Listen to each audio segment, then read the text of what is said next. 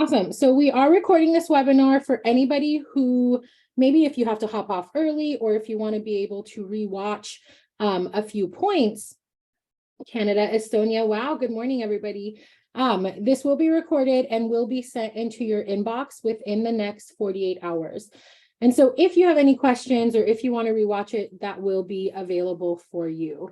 So I do want to say good morning. I mean, for me, it's morning. I'm in Southern California. I know we've got some international people on here. And before I jump in, I just want to thank you guys for taking the time to come and learn. I was saying earlier that we did this webinar about 5 or 6 weeks ago, and we had such a huge turnout, and so many people wanted more information when it came to gray coverage. So I thought it'd be a good idea to offer it again. I know some of you that are on here today were on the last webinar, so please feel free if you have any questions, if you need clarification. Like I said, my eyes are on the chat box. I am paying attention, so feel free to utilize that chat box to ask all of your questions. For those of you that don't know who I am, my name is Araz Nelson. I'm the lead educator with Megix 10, and I have been using Megix for going on 6 years now. It came to the United States a little under just about 6 years ago, and it was this idea of, wow, there's this new color line and it's so revolutionary and it's 10 minutes. And just a little backstory, I've been in the industry for 23 years, and my main clientele for a very long time has been gray coverage. And so about 6 years ago, again, the majority of my clientele was gray coverage. And so this idea of 10-minute color, I was super bought in to the idea of it because I had so many gray coverage clients. I thought, oh my gosh, if I can get them in and out quicker, this would be amazing. I could make more money, but I wouldn't have to double book. However, and this is why I want some audience participation, I had used other 10-minute colors before and I wasn't thrilled. Okay. I like the idea, but I hadn't found one that I was like, yes, this absolutely works. So I know some of you answered that you have tried other 10-minute colors before. Do me a favor in the chat box. Why don't you share some of your experiences and let's see if they were similar to mine with other 10-minute colors. What did you experience? What did you see? How did it feel when you used other 10-minute colors? Put it in the chat so everybody can see it. So you guys know it's not just me who had this experience. It pulls so much darker, doesn't always fully cover, okay? Inconsistent, yeah. What else? Did you guys feel like it was progressive, essentially, just getting darker if you had left it on for too long? Or how did the hair feel? Hair didn't feel as soft, I guess. Found that they could be darker, not consistent color from roots to ends. Yeah. So when Megix was introduced to me as this 10-minute color, not always shiny, it's always dark, and never really covered the gray, even though it was dark. Yeah, we call that helmet head. And I've experienced that. And so Megix was introduced to me as this 10-minute color, and I was very apprehensive because, like I said, I like the idea of getting clients in and out quicker, but I hadn't found the right product. And so I gave Megix a shot because I tend to be very open-minded and I'm open to new technologies. And obviously, if we fast forward to today, Megix has completely changed the way I run my business. I work behind the chair 3 days a week. I still have a lot of gray coverage clients, my bread and butter clients. And Megix has helped me with that. But what's great about Megix is it's so much more than just the gray coverage clients. So yes, today we're talking about gray coverage, but we're going to talk a little bit about the technology in Megix 10, what makes Megix 10 different, how to use it, how to formulate with it, specifically with gray coverage. So if at any point there's any aha moments for you guys today, please feel free to take a screenshot, share it on your stories if you choose to. Make sure to tag me so I can see who you guys all are. So today we're going to talk about gray coverage, right? Gray, go away. These are some of the points that we are going to be covering. So we're going to talk about the technology in Megix 10. We're going to talk about what is gray hair. some consultation keys, how to prepare for perfect coverage, how to determine natural level, determining percentage of gray, your different coverage options when it comes to gray hair: neutral, warm, cool, red, gray blending, lifting and gray coverage, how to refresh ends, resistant gray. So this is a whole gray coverage experience. And so I want to make sure that I have the chat up. Let's see, hold on one second. Okay, my chat is up. So if there are any questions, I have my eyes on you. So we're going to cover a whole lot of information today. But first I want to start with the technology in Megix 10. So for those of you who have used other 10-minute colors before, and then you have used Megix 10, what has been your experience? Do you notice that hair is shinier? I mean, I know we're here to talk about gray coverage, and I know a lot of you guys are going to share maybe some of the struggles, but what are some of the experiences just in general that you've had with using Megix, if you have used it? So most of you haven't. See, this is why the poll is good. Okay. So much shine. Yeah. We hear that a lot. So much shine. The hair feels really good. The hair feels really healthy. The colors are very, very vibrant. And so I want to explain just a little bit about the technology for those of you that are newer to the line. So we use what we call spectrum technology. And in like the basic, most layman's terms, spectrum technology refers to the dye molecules that are used in Megix 10 color are micropigments. Okay, they're smaller in size, smaller in weight. So we don't need this high ammonia content to really like swell that cuticle open to get the dyes in, because they are smaller. And not only that, but once they're in the hair, they tend to couple and combine quicker, which allows this process to happen in 10 minutes. Yeah, Natalie said hair is so shiny and feels amazing. The color lasts and it doesn't fade. Bingo. Jordan, beautiful creamy colors. Also, I've seen thinning hair grow back on some of my clients. Yeah, that's because of CareVeg 18. And so, I'm sorry, guys, my throat is, I've got water. So let's go back to spectrum technology. So these dye molecules are smaller.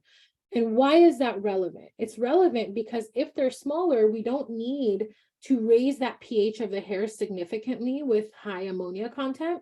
The dyes can get in there a little bit easier. Ammonia content highest is 2.7% in the ultra lift blondes, and then it gets less and less and less and less. And so Jennifer says, are they micropigments smaller than regular 30-minute color? So there's regular dyes and then there are micropigments. There are some brands who use micropigment technology. This is not necessarily a newer or Megix only technology. So if your brand or the brand that you're talking about, Jennifer, says they use micropigments, they're likely the same as far as size is concerned. We're talking about what happens once they're in the hair. Those pigments couple and combine a lot faster. And so this is a revolutionary technology that does differ from any other 10-minute color. So if you've ever compared, you know the difference that Megix brings. And so part of that is this spectrum technology. A couple of people earlier were talking about how when they use Megix 10, the hair feels shinier, it feels healthier. Part of that is because of CareVeg 18. So I want to explain CareVeg 18 for a couple of reasons. One, if you have any clients who are possibly, like sometimes clients get weird, right? Like you tell them, oh, I'm using this new color, it's 10 minutes, and maybe their guard goes up, like, uh-oh, because it's faster, does that mean it's going to be more damaging, or is it going to mess up my hair? And so one, you need to know about CareVeg 18 so that we can educate our clients. And two, you need to know about CareVeg 18 so you know what's in the product that you're working with. And what CareVeg 18 is, it's a plant-based amino acid complex, okay? So it's what essentially protein is made of. There's arginine, serine, threonine, soy protein, and wheat protein in CareVeg 18. So as we are coloring the hair, as the chemicals are doing what they're doing, we're also infusing it with this CareVeg 18. What CareVeg 18 is not, is it is not a bond builder. Okay, so it is not a bond builder. Think of it like the properties of a hair mask, like that conditioning, hydrating properties of a hair mask. during the coloring process. And so when you have your clients or you guys see that the hair is so shiny, most of that has to do because of CareVeg 18. What's great about CareVeg 18 is it's already in the color. It's already in the developer. It's already in the shampoo and conditioner. So it's not a secondary step that you have to add in. Amelia, on your podcast, you said the ammonia-free or low ammonia needs to be shampooed out with their own brand of shampoo. Is that the same with Megix? I would absolutely recommend using Megix shampoo to color or to remove. We're going to talk about the shampoo at the end. And then this is a really great question. Amelia says, have you had any issues with color with the people who are gluten sensitive? So this is where you as a professional have to make a decision, knowing that there is soy protein and wheat protein in the CareVeg 18. I have not personally had any issues. I don't know of anybody that has had issues, but I don't want to say that there are no issues. So your call, if you want to do a patch test, be mindful of that. The other thing too is PPD. Megix does contain PPD. So if you have a client that is truly allergic to PPD, I would definitely say no go. Other than that, like I said, I've been using it for 6 years. I haven't had any issues, any skin issues, any allergic reactions. But as a professional, it's really up to you to make sure you do a patch test if you are concerned so that you don't have a situation on your hands that is bad. Cool. So CareVeg 18 in the color, you don't have to add it in.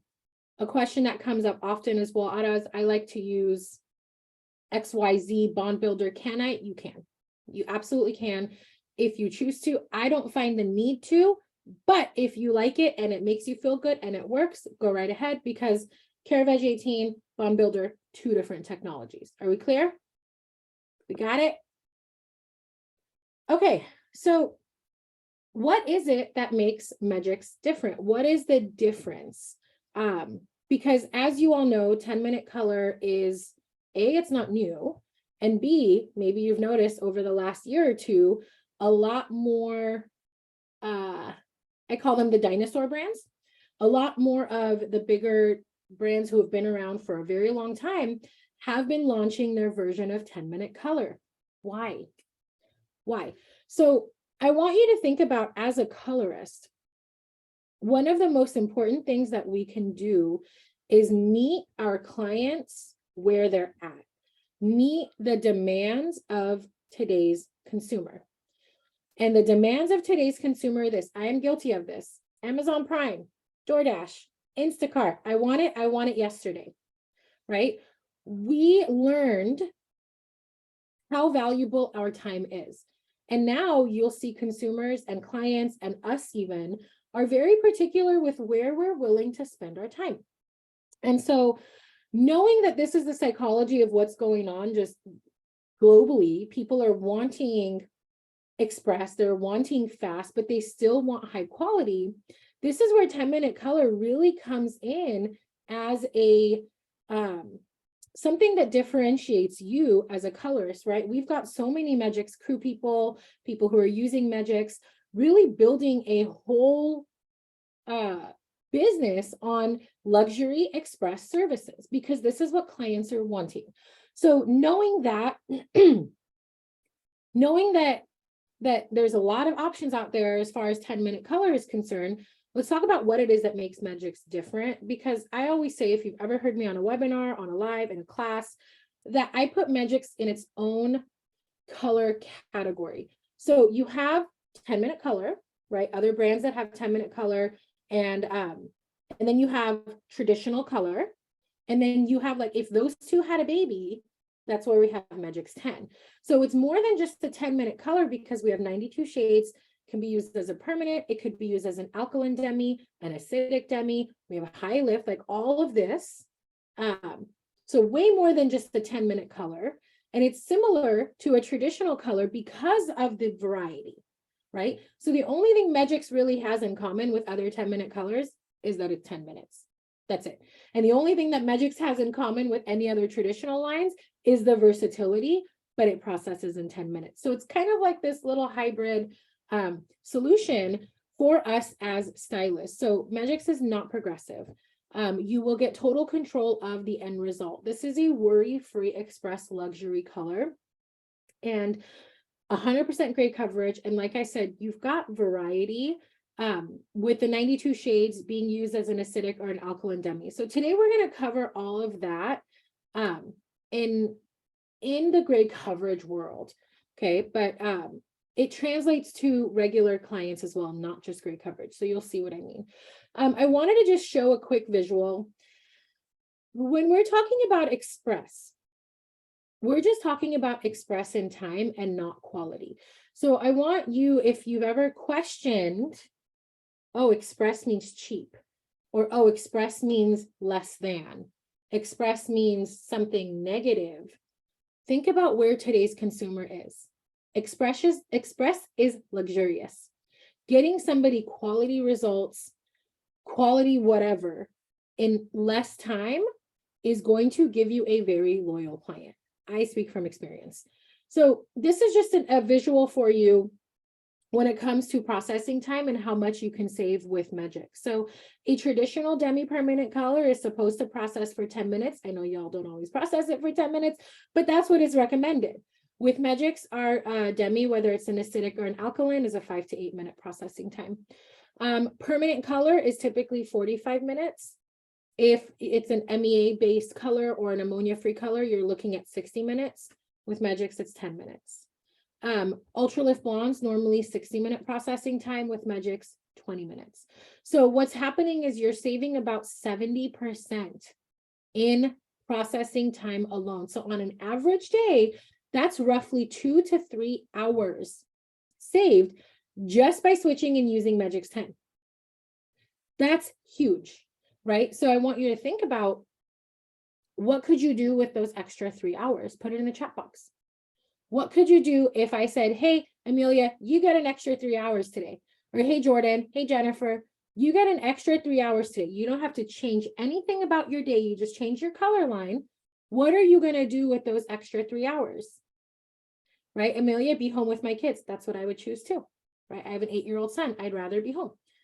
Jennifer, either book another client or go home early. Yes, yes, yes, yes, yes, yes, yes, right? So do we have to stay until 8 o'clock at night? No, you can go home at 5 and still make the same amount of money, right? More clients, absolutely. Like if you're in that part of your career where you're hustle, hustle, hustle, heck yeah. You want to add more clients to your books, make more money. Amanda says, eat. Yep, that too, right? You can actually have a hot meal as a hairdresser and not shove it down in 4 seconds. So think about what's possible, right? You're saving 70% time. Crystal says work out. Yeah, there's so much that you could do with that extra time. Amelia, hot meal, what is that? I know, I hear you. So much that you can do with those extra 2 or 3 hours, and you're not sacrificing your income. You're not sacrificing anything. Like, it is true win-win. So I like this visual because it gets you guys to start thinking. So I want to just quickly touch on the rules, if you would, with Megix 10 and gray coverage. And then these are 3 color families that I want to spend a little bit of time on. So we have 0.0 family, which is a cool natural. And if you have a notebook, take notes here, okay? 0.0 is a cool natural. 0.00 is a warm natural. And then we have 0.00N, which is true neutral. So your naturals are brown with either a yellow-green for the cool or a yellow-orange for the warm. And then we have a true neutral. What you got to understand is this. So true neutrals were launched a little over a year ago. Previous to launching the true neutrals, we had as 0.0 and a 0.00, and we recommended mixing the 2 to get a true neutral. But with the launch of true neutrals, it's taken the guesswork out, right? It's a true neutral dedicated for gray coverage. Now, it can be used alone or mixed in with any of the other Megix colors. So to make it easier on yourself, I would say anytime that you're dealing with over 30% gray, make sure that you have a true neutral in your formula. And I'm going to talk about how much right now. You could mix a 0.0 and a 0.00, or a warm natural with an ash and make something like a neutral, but it doesn't have the same gray coverage abilities as a true neutral does. So when we're talking about gray coverage, this is just general rule of thumb, and then we're going to go into like the specifics of it. But if you have a client that has below 30% gray hair, any of the Medrix colors are going to give you coverage. You don't have to add true neutral, right? If they've just got a couple sparkles, you're fine. There's enough background. It's when we start crossing over the 30% and go into that 30 to 50% where we have to start adding neutral. Okay, so this is a good screenshot to have in your phone, just for reference. So 30 to 50% gray hair, 5 to 25% of your formula needs to have a true neutral. Okay, 5 to 25%. Now, your whole formula could be true neutral. But if you're wanting to add another tone, if you're wanting some ash or gold or red or whatever, at least 5 to 25% should be neutral, and the rest of it could be whatever you want. This is not new, guys. This is very standard, but I want to give very, very clear guidance because I want to help you. So when we're dealing with over 50, right? So 50 to 100% gray hair, 25 to 50% of your formula should be neutral. Now, that's a pretty big range, right? A quarter to half of your formula. How do I choose? How do I choose how much neutral? Here's my rule of thumb, and it's worked for me. So if my client is closer to the 50% gray, I'm going to choose 25% neutral. If my client is closer to 90 or 100% gray, I'm going to choose the 50%. Does that make sense? Like the more gray they have, the more neutral I'm going to add. But unlike other color lines, not talking smack, okay, but a lot of other color lines will say, okay, the percentage of neutral in the hair is the percentage of gray that, or the percentage, that was way backwards. I was looking at the chat, sorry. So the percentage of gray in the hair, they say, is the percentage of neutral you should use. Well, I always had a problem with that because what if my client's 100% gray and they want red? We're just gonna make it brown. So with Medrix, it's great because the colors are so pigmented, I guess, for lack of a better word. 50% neutral is enough in your formula. You can choose to use more, but 25 to 50% neutral is what we recommend for anybody over 50% white hair. If that makes sense, give me a thumbs up in the chat box. And if you have questions, put the questions because I need to drink some water. So thumbs up if it's working for you. And if you have a question, put it in the chat box.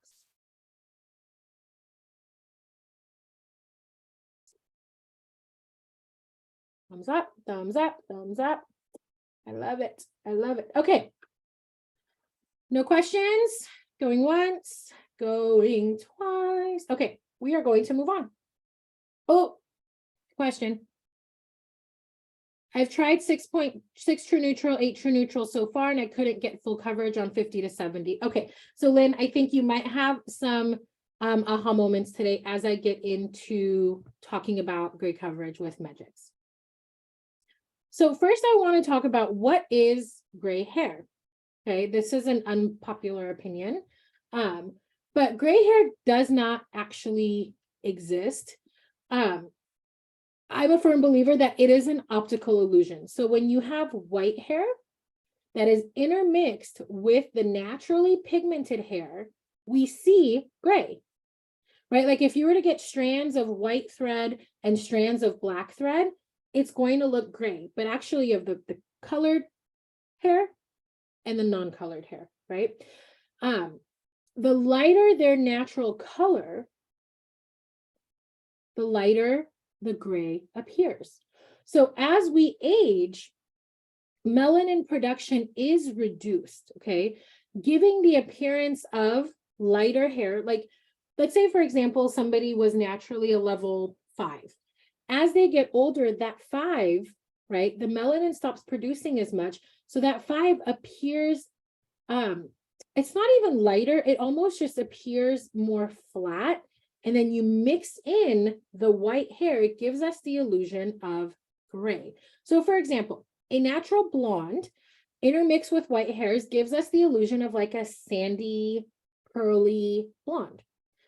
a natural light brown haired client, intermixed with white hair, gives us this like slaty gray. And then dark brown or black hair clients, when mixed with white, it gives us this illusion of like a smoky gray. So the reason I bring this up is because we must address both the salt and the pepper. So when you look at your clients, and I want you guys to do this week, when your clients come in, even if you're not using Megix, I want you to pay attention.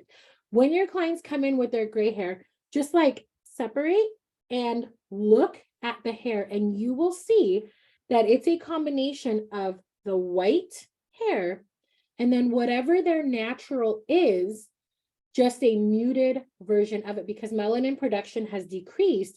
So you're going to see that, okay, you're dealing with two different colors here.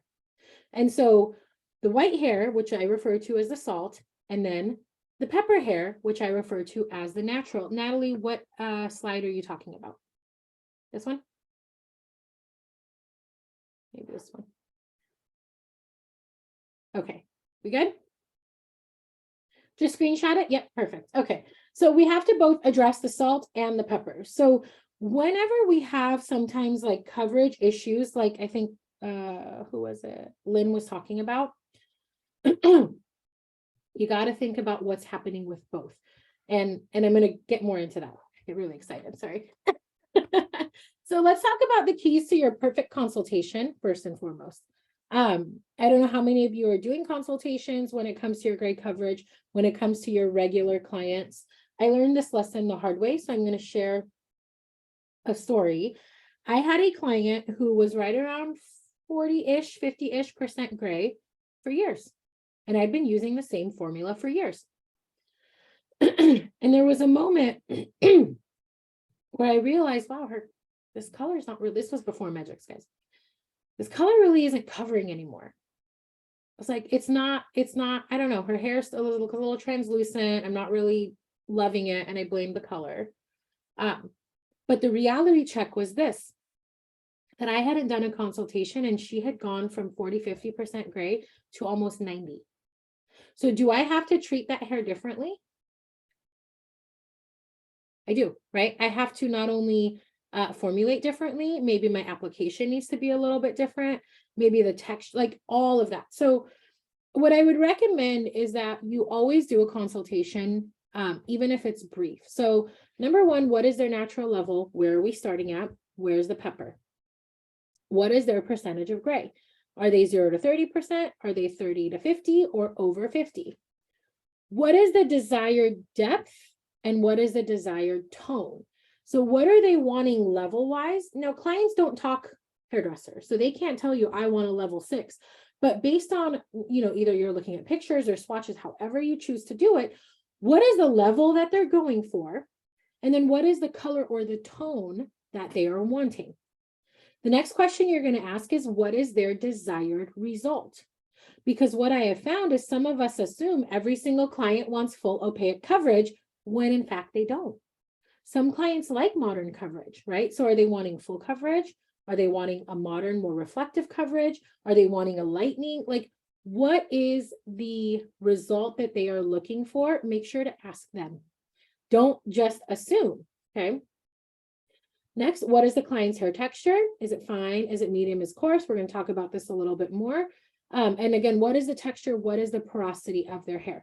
All of this needs to be considered when we go to formulate, not just for gray coverage for everybody, but especially for gray coverage. So make sure you're either asking these questions or you have this running checklist in your mind before you just go grab the 6N, right? So let's talk about first, what causes gray hair? So remember, you have pigmented hair, and then you have the non-pigmented or the gray hair. So there's a whole chemical process that happens. Excuse me. Hold on. So there's chemistry that's happening, right? And it all happens as we age. So with normal hair, a melanocyte, which is basically tyrosine, it turns into tyrosinase, helps produce the melanin, and that melanin becomes part of the hair keratin fiber, okay? So This is how melanin is made, and then it is injected, and then now the hair has melanin. As we age, tyrosine, instead of doing what it does, which is turning it into tyrosinase and melanin and part of the hair fiber, tyrosine actually produces excess cells. So that tyrosinase is attacked by excess developer, H2O2, in our body. And in layman's terms, here's what technically happens, is the hair essentially, produces less melanin because it's bleaching itself out. We have an overaccumulation of hydrogen peroxide in the follicle. And what can happen is those cells that the tyrosine makes can become part of the cuticle layer. So if you've ever noticed that some gray hair is very, very resistant, that's where those extra cells are kind of living. When we're coloring that resistant gray hair, we have to be mindful of that, because now instead of a natural hair fiber having, 7 to 10 cuticle layers, we're up to 20 cuticle layers. That's a lot to have to get through to get into the cortex of the hair. So resistant non-pigmented hair, or resistant coarse white hair, typically has excess cuticle layers. So we have to be mindful of that. If you're not getting the coverage that you're looking for, I would ask you, is their hair resistant? And if it is, we've got to accommodate for that. So when it comes to perfect gray coverage, okay, there's a few things that I would recommend. So number one, you want to work on clean hair. If the hair is dirty, 2 days dry shampoo, 3 days of workouts, hot yoga, people come in because there's this myth. Oh my God, who's sick of hearing the myth? Oh, I thought it was better for my hair to be dirty. Who's heard that one before? Have your clients told you that? I thought it was better for my hair to be dirty so the color can take better. Do you guys just roll your eyes? I'm like, who told you this? This is not true. This is not true. Well, it was true years and years ago. Every client says that. And what's funny to me, I'm just going to shop talk really quick, is there's one thing about being dirty, but then why do some clients sometimes take it like all the way there? And like, oh, it's extra dirty. Like they took this concept of, oh, dirty hair takes better. And then they like push it to like, I didn't wash my hair for a week just for you. And I'm like, I need gloves. They never listen. I know my clients too, guys. Yeah. So it's up to us to make sure that we continue to educate them. And so this myth started, just so you guys know, I thought it was fascinating. This myth started a really long time ago when hair color was very, very highly ammoniated and alkalized, like very high pH. And what would happen is it would irritate the scalp.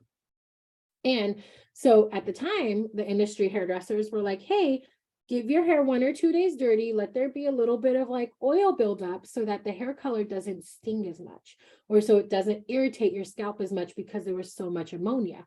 So this is where this like thing started, and it has completely spread like wildfire, and clients come in with 10-day dirty hair. Jennifer says, I started telling them if I have to wash you first, it's an extra $20. Absolutely. And so sometimes, yes, then they ask for the sweet and low. We're not doing sweet and low, guys. We have one up for that. But sometimes I would recommend, if their hair is very dirty, if there's any buildup, if they have the powder, you know how some people use powder or mascara or spray for their, if that's on the hair and the hair is not clean, it is going to be really difficult for the color to do its job, right? And not only that, but we have 10 minutes for that color to do its job. So if it's going to have to work through layers of hot yoga, sweat, grease, and like dry shampoo and powder, it's going to be difficult to get good coverage because those dyes don't have a chance to even get past all the crud. So as a stylist, we want to make sure that we are working on clean hair. Number 2, 1-up. So for Nicole, who brought up sweet and low, we do not do that anymore. It is 2023. Okay.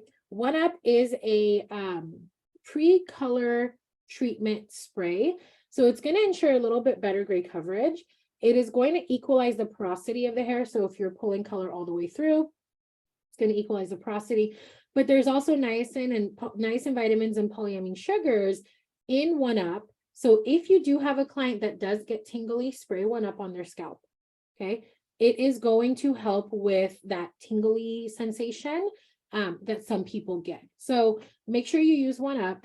Make sure you're measuring and weighing your color out. I know some of you love to eyeball it. We're not going to do that because the thing is we're working with chemicals. So if you put more dye than developer or you put more developer than dye, you're going to get some inconsistent results. So make sure you measure and weigh. Make sure you take small sections. I'm talking small sections like see-through sections, okay? Especially on coarse resistant hair. Proper saturation is key. Yes, proper saturation. So don't get stingy. Don't get stingy with the color. Don't skip on making sure that you're packing the dye. The color you need dye in order for the gray hair to get colored. So make sure that you're properly saturating. Remix when necessary. So if it's going to take you longer than 20 or 30 minutes to apply, use a fresh bowl of color. And this one, formulate within 2 levels of the natural. Formulate within 2 levels of the pepper. Because if not, you're going to have coverage issues. Because now we're lightening, right? Which is fine, but just know that you're going to have some variation because you have white hair and then you have whatever that natural level is. Once you go higher than 2 levels of their natural level, now we're dealing with unexposed or exposed warmth. We're dealing with making sure that we have enough dye to like deal with the warmth that's coming up and deposit the pepper and the salt, remember? So it's general rule of thumb, stay within 2 levels of where they're naturally at if you want the best coverage results. So determining natural level, super important. We got to know where they're at. We have to know where they're at, but more importantly, we need to know where we are taking them. Because and this is color theory 101, guys. I know you guys all know this, but I have to just like reiterate and bring it back. We have to understand what the hair is going to give us, especially if we're going 2 levels or more above where they started. Because if you don't consider that, what the hair is going to give you may be way more than what you formulated for, and you're going to have some unpredictable results. Got it? Again, color theory 101. So where are they at? Where are we taking them? And what are we going to get when we take them there? What is the hair going to contribute? And then we formulate accordingly. My clients are used to me blending their grays with demi creams. I use 9 and 10N to turn their white hair into a light blonde, so it looks like highlights, but it doesn't really lift their natural on a level 4 to 5. Yeah, we're going to talk about all the different kind of coverage options. So when you know why you're doing what you're doing, it makes coloring gray hair way more fun. But if you're just like tried and true 6N, it can be a little scary, okay? I used the first time on Saturday for a level 3, great coverage, but felt that there was a shadow of stain on the scalp along the hairline. Is that because if it's a 10-minute color? No, a level 3 just tends to stain. So you will have staining, especially in the darker colors. Okay, so we're going to determine their natural level. We gotta know where we're starting. We're gonna know where we're going. We got to determine their percentage of gray. So again, reminder, under 30%, any color will cover. 30 to 50%, 5 to 25% of your formula should contain a true neutral. And then when you're dealing with over 50%, 25 to 50% of your formula should have a true neutral. Next thing we're going to determine is texture. This is one of the most important and underutilized, I don't even know what the word I'm looking for is, but we don't consider texture enough, okay? Texture is more important than almost anything else when it comes to coverage and formulation. So medium textured hair, that's our unicorn. That is our easy breezy client. Color does what we need it to do on medium textured hair. But when we're dealing with finer coarse, that's when we have to kind of start thinking, what is the hair giving us? So if I have a fine hair strand and I have a coarse hair strand, okay, that means that that fine hair strand has less structure. It has less cortical fibers, it has less melanin, it has less protein, it just has less. Versus my coarse hair has more structure, more protein, more melanin, more. So when we're going to formulate, let's say Hypothetically, okay, this is not how hair color works in any way, shape, or form, but I want to get you to think. So let's say on this screen that you guys see here, this is our fine texture, this is our coarse. Let's say that this dot, do you guys see a little blue dot when I hover the mouse around? Do you guys see that? Yes, okay. So let's pretend that this dot is a dye molecule, okay? It's a dye molecule. And let's say in a level 6 that there is, this is hypothetical, 30 dye molecules, and they're about this size. So if I put 30 of these dye molecules in coarse hair, and then I go over to the fine hair and I put 30 of these dye molecules in fine hair, how are the results going to be different? If I put 30 dye molecules in a fine texture, and then I put 30 dye molecules in a coarse texture.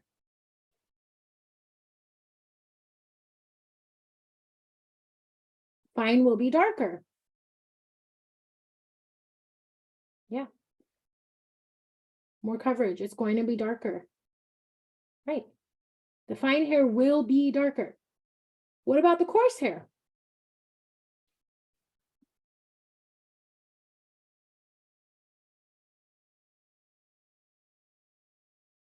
More translucent, lighter, sheer, bingo.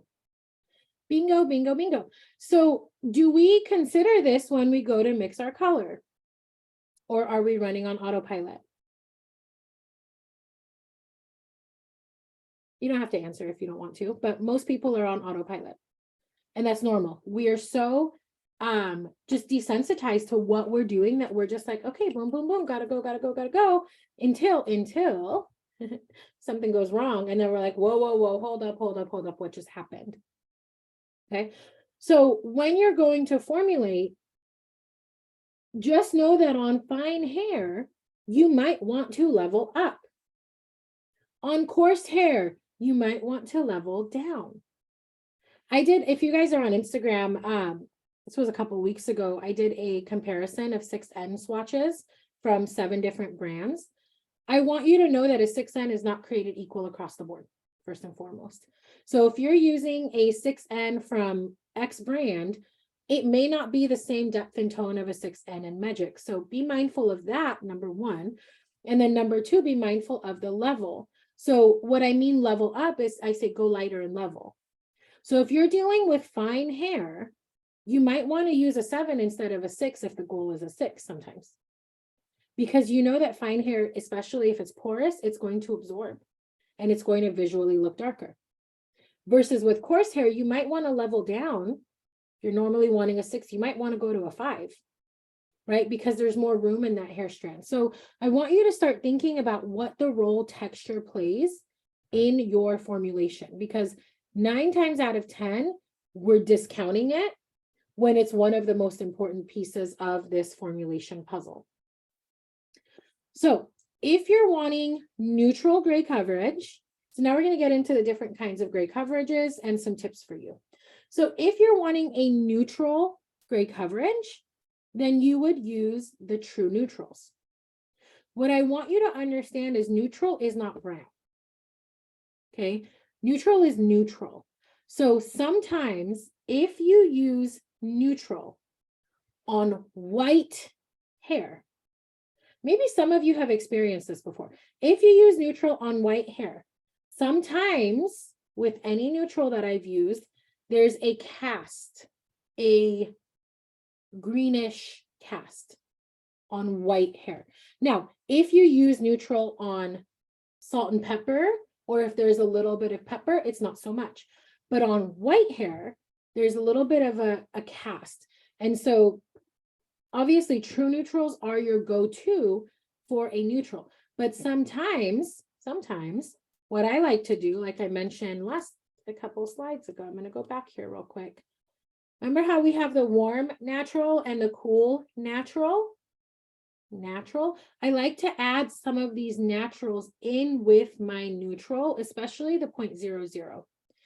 If I'm dealing with white, fully unpigmented hair, because there's no more melanin in there, there's no pigment in there. And so it needs some warmth, right? So I'll add a little bit of the 0.00 with my true neutral on white hair. But if we're dealing with salt and pepper, true neutral is your go-to for a neutral result. Jordan says, I have true neutral with the S or the 0.3. Yep, depending on the goal. So true neutrals by themselves, beautiful. This is your standard, your for gray coverage. But you can mix and play, right? And we're going to talk about that more in the next couple of slides. But if you're looking for a true neutral result, true neutral is what you're going to go for. Now, we're going to consider texture. We're going to consider the level and the undertone, right? So if we're lifting more than 2 levels, true neutral might not have enough coolness in it. So you might have to mix it with ash. So that's what we're going to talk about. I'm getting ahead of myself. Well, I get excited. I get really excited for gray coverage. I want this movement of like, let's make gray coverage cool again. Because like balayage is cool and teasy lights and baby lights and balayage. Like, can we make gray coverage cool again? Okay.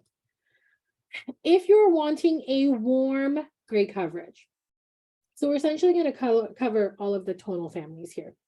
So for a warmer gray coverage, you're going to use your true neutral, right? If we're dealing with over 30% white hair, but we've got a few different options for warmth in Megix 10. So we have the gold.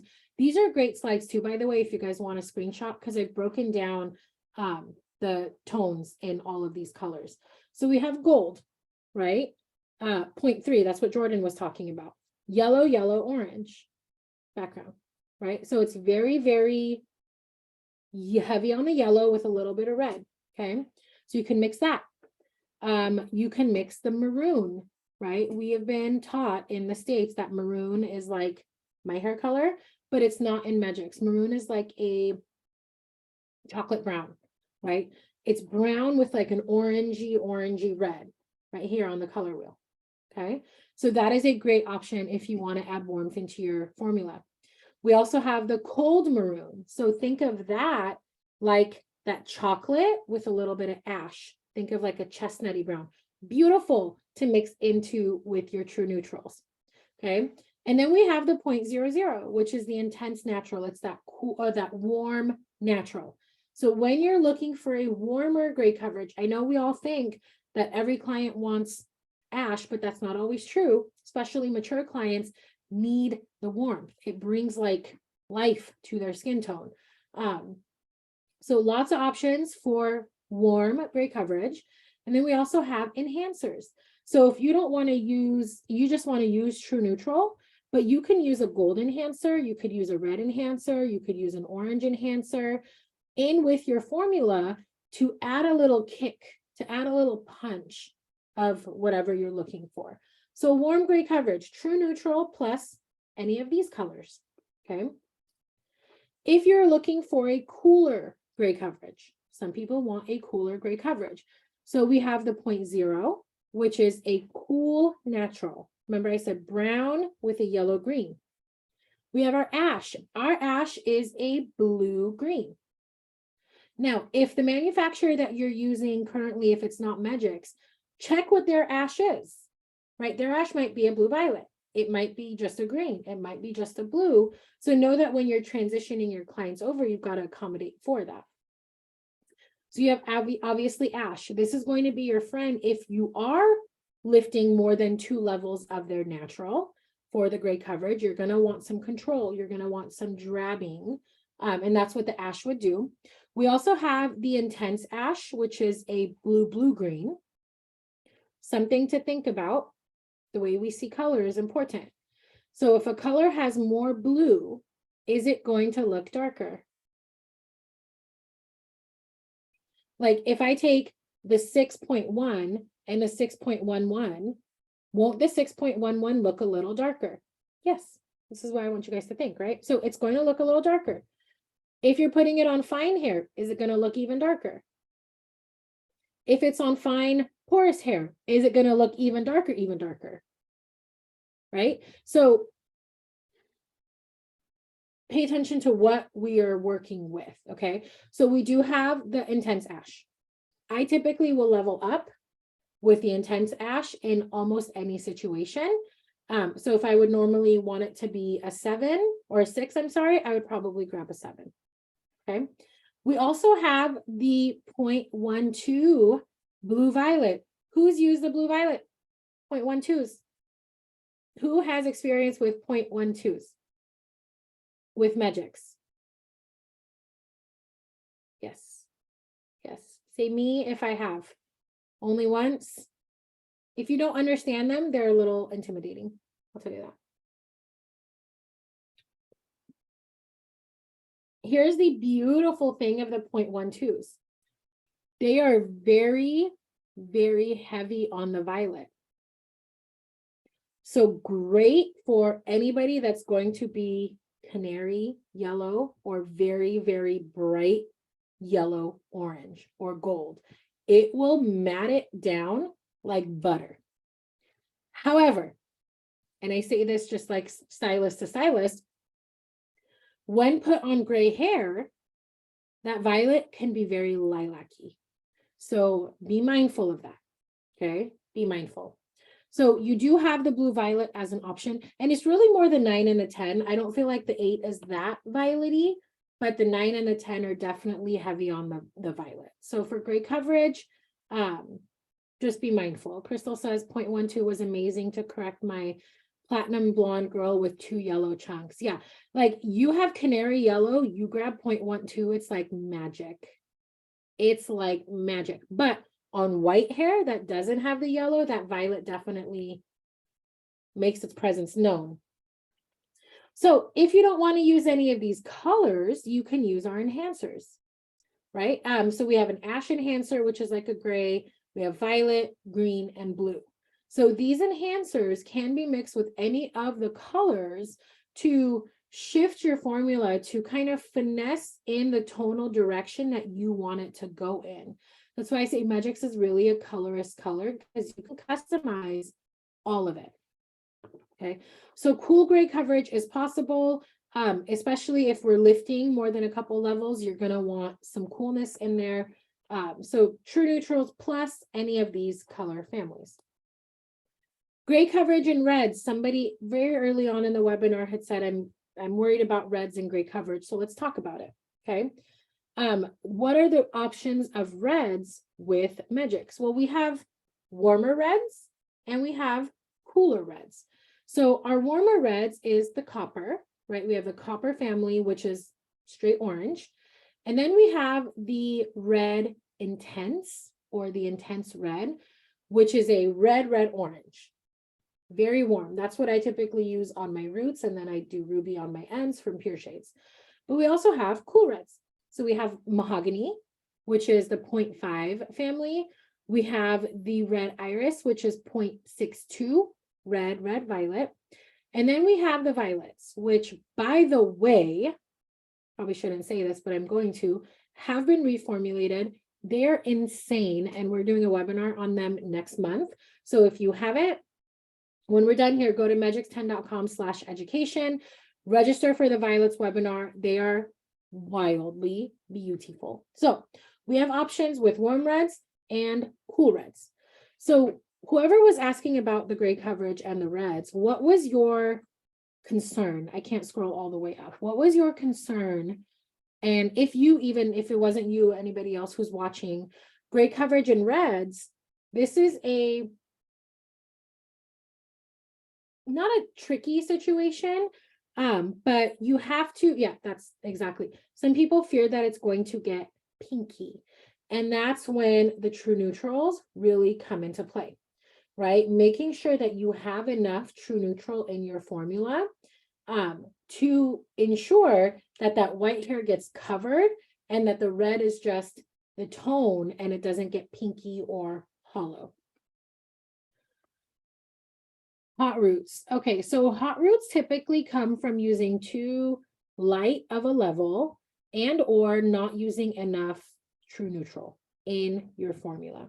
Okay, so somebody said matching what I used from the last brand, being bright but not unnatural. So I'm going to give you a couple of tips. Depending on your formula, guys, I love reds, but it's so very nuanced. Is it a copper red? Is it a gold copper? Is it a red gold. I mean, there's so many situations. And here's what I have found. When I'm wanting a cooler red, I make sure to add a little bit more than what's recommended for the true neutrals, right? And then whatever my formula is. If I'm wanting a warmer red, I add the recommended amount of true neutral, and then I add probably about an additional 10 to 20% warm natural, 0.00, and then whatever else the rest of my formula is going to be. So think about, why am I adding neutral and warm natural in a gray coverage situation where I want a warmer red?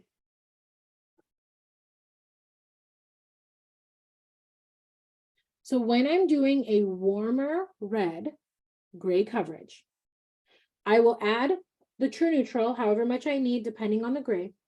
And then 10 to 20% of my formula on top of that will be warm natural, 0.00. Why? And then the rest of the formula can be the copper or the gold or whatever. Yes, so to maintain the warmer tone, to keep the neutral from browning it out too much. Yeah. And I'm adding a warm, so I'm adding the neutral brown, and then I'm adding the warm brown, and then I'm adding my warm red. Because I know my clients who are redheads who like the warm red in the lighter colors, they don't want brown out, right? They want it to be as natural but covered as possible. And so, yeah, I want to keep the warmth. But if I do all true neutral and I don't add a little bit of that 0.00, then sometimes it's a little too brown.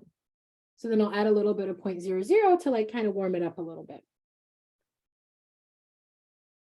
Jennifer, when you have 50 to 90%, what percentage would you use of true and warm neutral, but still be bright? So 50 to 90% is a big range. But I would probably do 50% true neutral, 20% warm natural, and the rest copper. Because the warm natural has the warmth in it too. So it all depends. Again, what is the hair giving me, right? If the hair is giving me the orange that I'm looking for, go back here. If the hair is giving me what I want here, I probably wouldn't even add copper. I probably would just add true neutral and warm natural, because the hair is giving me the copper. So if the hair is giving me copper and then I add copper, maybe it's going to be a little too copper. I'm going to have a hot root situation. So in that situation, maybe I might just add neutral and a little bit of warm natural, or neutral and some gold, because the hair is, if I'm lifting them to, here, I'm going to use what the hair is giving me, right? Which makes sense when we're also considering formulating for gray coverage and reds. Use what the hair is going to give you. Right? Don't try to live past it. Live where that gold and orange is if you're trying to do a warm red. Does that make sense? Are you guys picking up what I'm putting down? Thumbs up if you are.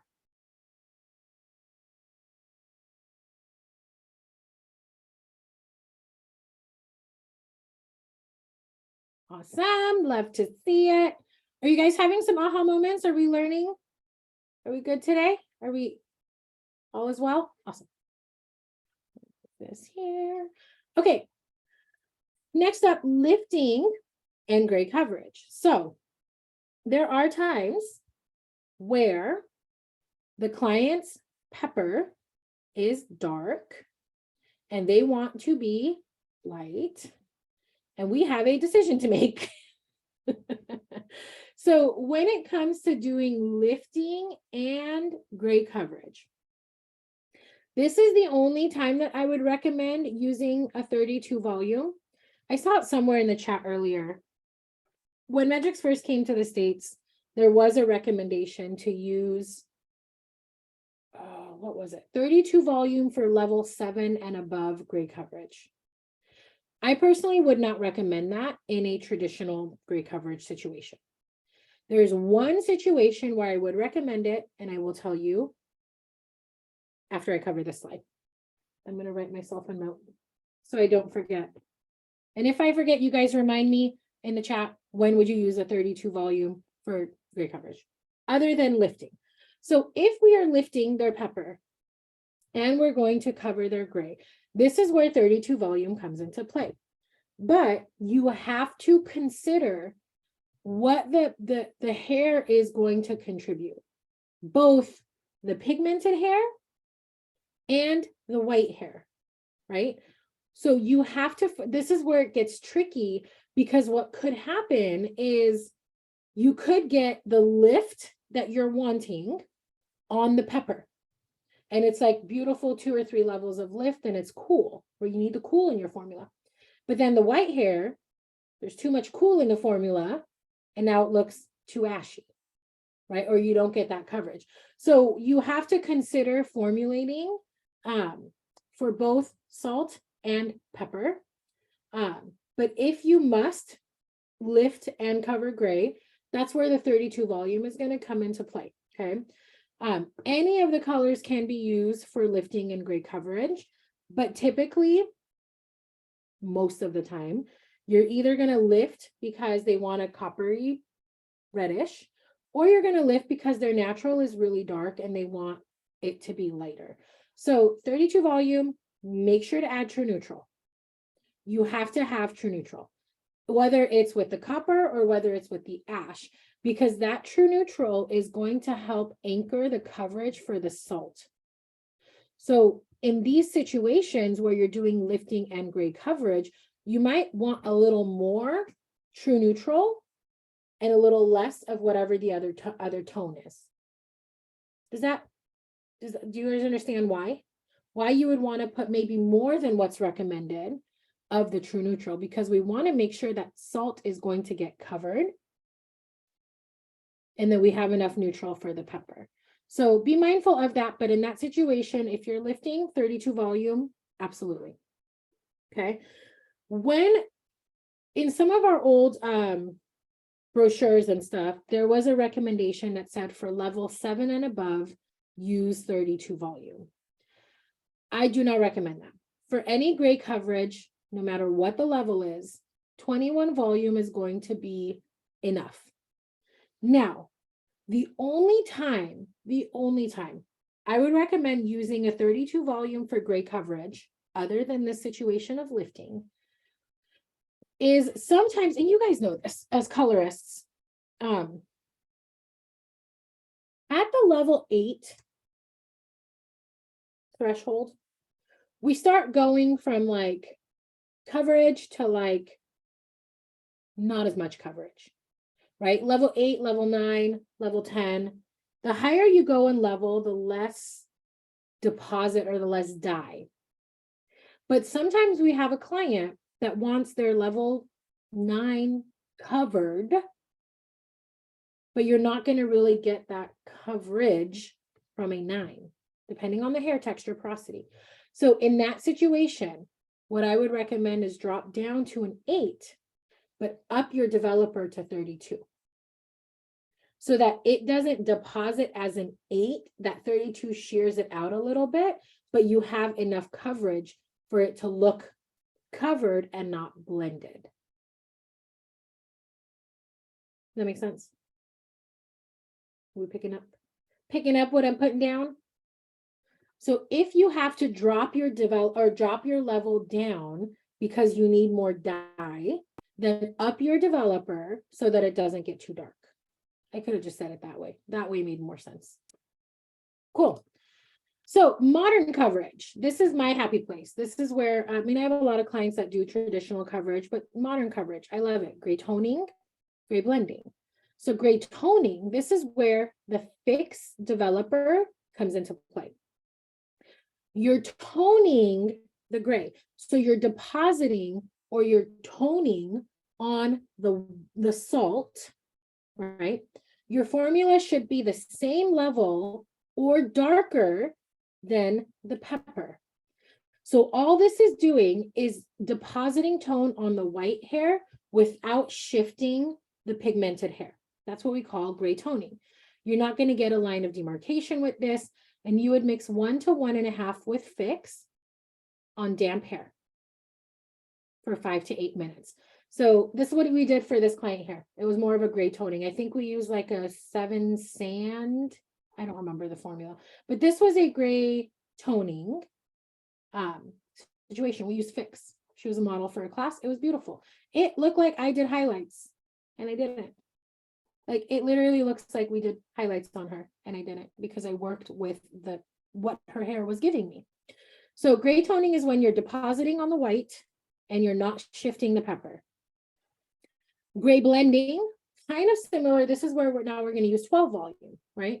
It's going to deposit or tone the salt, but you're going to go either same level or one level lighter on the pepper. Ideal situation, client wants it a little bit warmer, a little bit lighter, okay, but nothing too crazy. You're going to mix 1-to-1 with 12 volume, leave it on for 8 to 10 minutes. So this is more of your gray blending situation, and it will last longer than the gray toning. But if your client is wanting gray blending, you're not going to really go much lighter level wise than where their natural is, where their pepper is. Because if you go too much lighter, even with the 12 volume, even with the Fix, if you go too much lighter, you could bump the base and then we have a whole color correction situation. We want to avoid it. Okay. So if you want gray toning, stay on level or darker. If you want gray blending, don't go more than one level lighter where their natural is. Any more than that, warmth is being exposed. And unless you're prepared to handle it, it's going to be a problem. Okay. So that's when you would use the Fix or the 12 volume when it comes to gray coverage. We understand when to use the 32 volume if we're trying to do lift or if we are, is that 0.0? This was not 0.00N.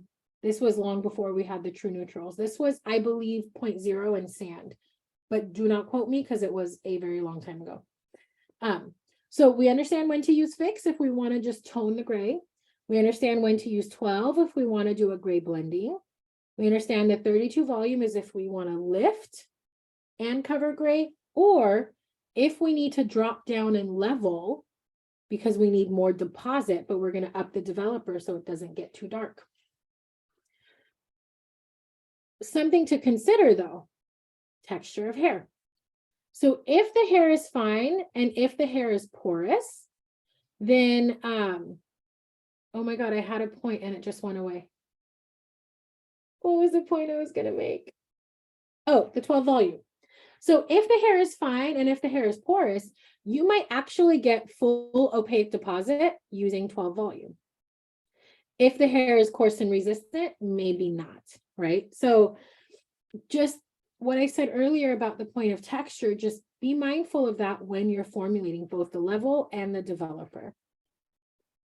Do I have an example of gray blending? I don't think so. Not on these slides. I'm sure I have something on my phone. Julie, if you want to send me a message on Instagram, I can find something. But essentially, you're just lightening the hair maybe one level and then toning on the white. Okay. Refreshing the ends. This is obviously something that we all do with gray coverage. And what's great about Megix is you can use Megix as an alkaline demi and an acidic demi. What is not in these slides is the pure shades. So we also have direct dyes, chef's kiss for refreshing ends, okay? But if you're going to use Megix 10, you can use it as an alkaline demi with Fix or an acidic demi with Fix and Megix Morph, okay? So your refresh color should always, always, always be 1 to 2 levels lighter than what you're using on the roots. Why?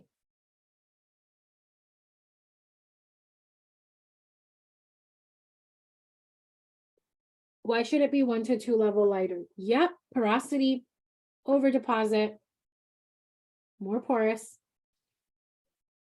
Again, we don't think, right? A lot of us are on autopilot. You do the roots and then you pull it through the ends.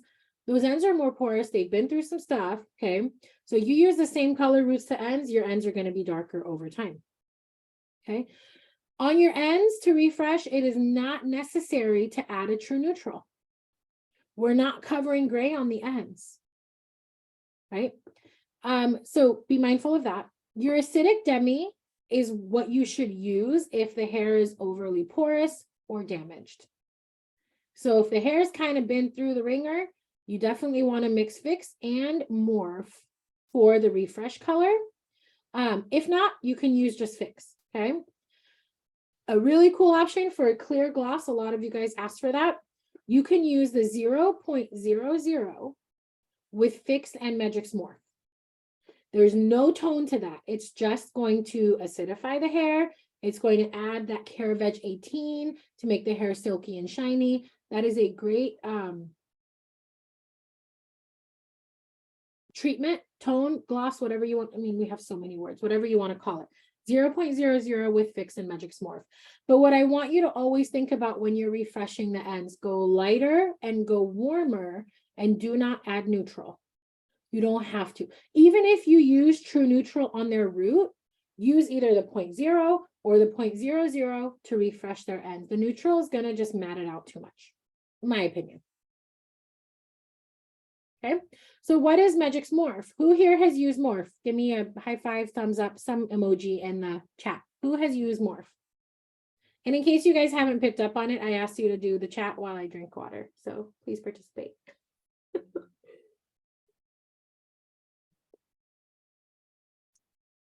Only 2 of you have used Morph. Okay, thank you. There we go. Awesome. So we know what Morph does. For those of you that don't know, okay. Yes, no, but I want to. I've never used it. Okay. So what Magix Morph does, what it was created to do, is to lower the pH of Magix 10 color and make it act like an acidic demi. So it takes away, Morph takes away the lifting power of ammonia. Okay. So it lowers the pH, so you're not going to have any lifting, no shifting, no base bumping, no line of demarcation, no unwanted warmth during toning. Has that ever happened to you where you use a toner and you're like, uh-oh, this was definitely not acidic because now I have a base bump. So what Morph does, eliminates all of that.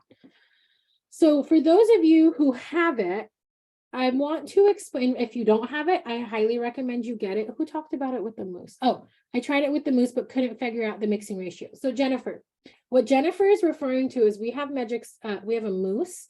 It is not a styling treatment. It is a hydrating deep conditioning treatment. And it's like my go-to after every coloring service because it acidifies the hair. It puts that Caravage 18 in the hair. And the mixing ratio is so simple and so scientific. Golf ball size, pop, pop, pop, 3 drops, emulsify, and put it on the hair. That's it, right? We're not actually, you know, when it comes to using Magix Morph in hair color, there's definitely a method that you have to follow. There is a formula you have to follow. But when you're mixing it with the mousse, guys, after the coloring is done, you put a little golf ball size of mousse, 3 or 4 drops of Magix Morph, put it on the hair, leave it on for 5 minutes. This is going to seal, lock in, acidify the hair, and then you rinse it out and tell your client not to wash their hair for 2 days. That is how I get my color to last as long as it does. So for those of you that don't have it, I want to just go over this here, this little purple box, because for some people, Morph tends to be scary or overwhelming because the numbers and the math. I want to simplify it for you, okay? The thing with Morph is that it brings down the alkalinity of the product. So the higher the alkalinity, the more Morph you need. AKA the higher of level of color that you are using, the more Morph you will need.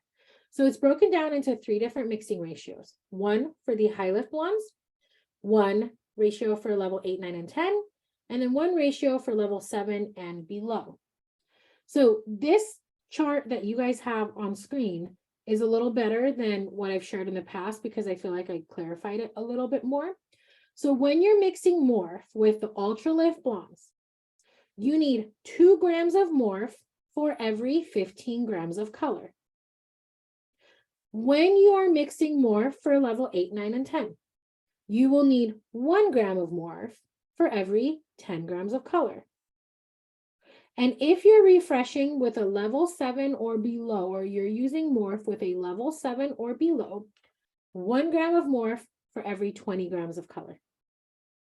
Now, once that's done, you do need developer. There's some people who think, oh, I just need to use Morph. No, you still need to use developer, and you will use the Fix, which is a 6 volume. 1 part color, 1.5 parts developer. So when you go to mix, this is how I do it. I put my color first. I put my developer based on how much color I have. And then I add the Morph based on how much color I have, not based on the combination of color and developer. So the amount of Morph is going to depend on how many grams of color are in your bowl. Your amount of developer is going to be dependent on how many grams of color are in your bowl. Okay, you don't need to add extra developer for the Morph. Morph is just an additive. Okay, and this is what is going to take Magix and make it an acidic demi, right? So if you want a deposit only, a true deposit only, and you don't want to compromise the hair anymore, make sure you have Morph in your formula. This takes Magix and makes it an acidic demi, an alkaline demi. Like, this is what I was talking about, where it's a hybrid. It's its own color category. It could do everything, and it's wild. So I'm going to share with you now some of my tips for perfect gray coverage. This is not necessarily Magix's tips. This is what has worked for me as a colorist doing gray coverage for the last 20 plus years. Cleanse the hair before the color service. Okay. I said this earlier. If they come in with dirty hair, don't do it. It's not worth it. You're going to have inconsistent results. Here's what will happen. You might get great coverage, and then a week later, the client texts you a picture. Hey, the color faded. What happened is the dyes didn't get a chance to fully get into the hair. So if it's dirty, you're going to have problems. So work on clean hair, or cleanse the hair before. I have trained a lot of my clients to do a clarifying shampoo before they come into their appointment. Okay. Work on clean hair. Damp is best. My tip. Okay, this is just what has worked for me. There's a thing I learned from John Halal about hydrogen bonding. And essentially, if you're working on damp hair, hair color takes better on damp hair because of hydrogen bonding. And so I've worked on damp hair, and I found that I get the best coverage. But damp, guys, not wet, not soaking, not dripping. Damp. Begin the application where the hair is most resistant and most gray.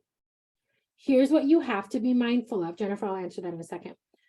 Begin the application where hair is most resistant and most gray. A lot of us assume that right around the hairline is where the hair is most resistant and that the hair is most gray.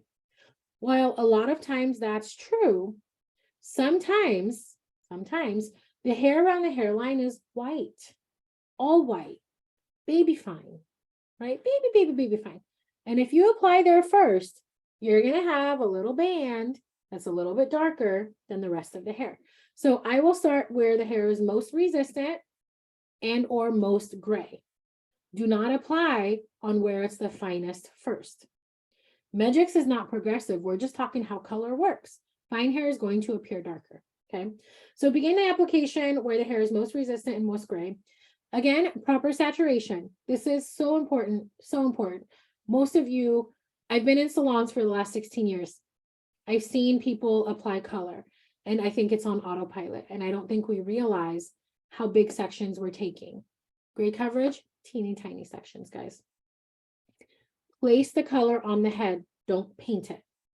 Take almost like bead it on the hair so that there is enough dye and enough alkalinity for that color to develop. Okay. Remix as necessary. Oxidation happens in the bowl too. So after 20 minutes, make a new bowl. For resistant and white hair, add either gold, maroon, or cold maroon. Okay. White resistant hair needs that anchor of warmth for coverage. Remember I was talking about earlier. I'll add a little bit of gold. I think somebody else said they add the maroon family when you're dealing with white hair to get a really pretty, full, robust coverage. Use alkalinity to pre-soften and pre-pigment the hair if it's resistant. So I have one client I really have to do this on because her hair is so resistant. So many cuticle layers, it branches out. Like when I look at the hair, it's like, meh, meh, meh. Why?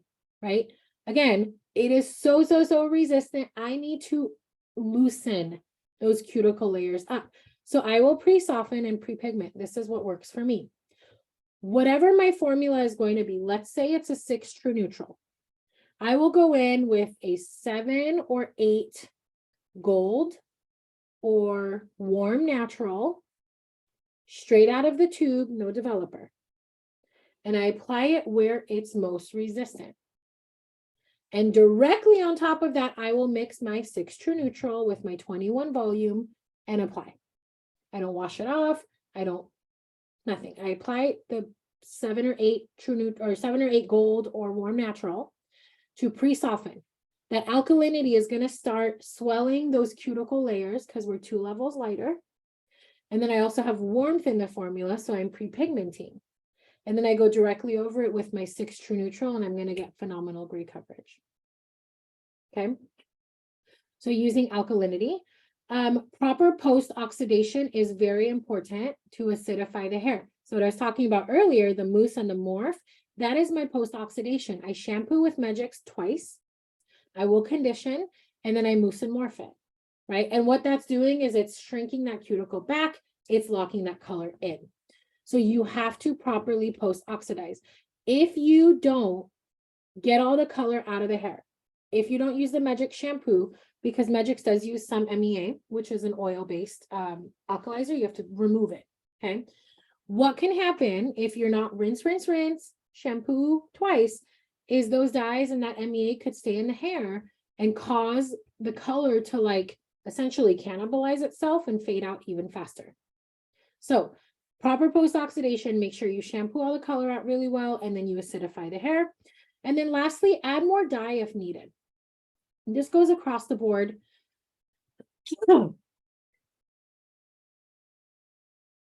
With any color line for gray coverage. If you, how do I put this?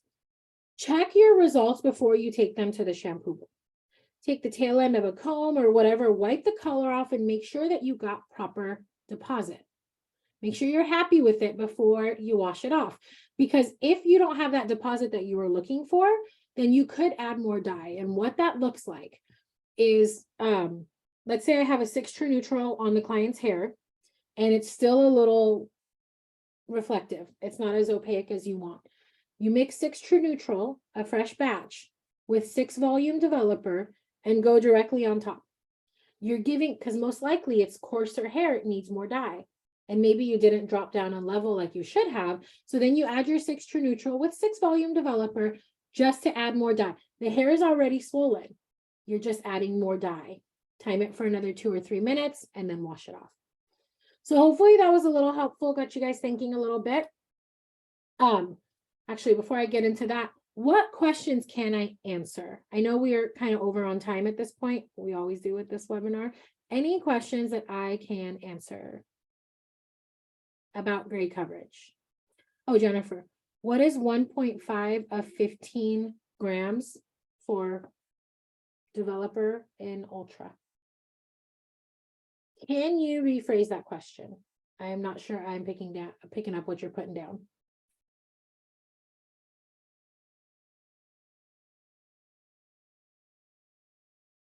Jennifer, I think you're asking for what is 1.5.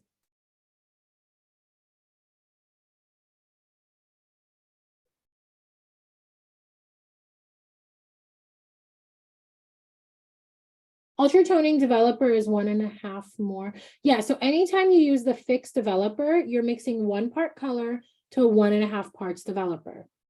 So in that case, it would be like 22 grams of developer. How long is it formulated for application? Meaning if it takes someone 30 minutes to apply, should you start rinsing the first area applied? You don't have to start rinsing because it's not progressive, but I would say I would recommend a new bowl of color for sure.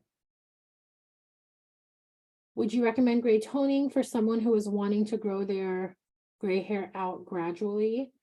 Naturally dark, almost black, about 30% gray.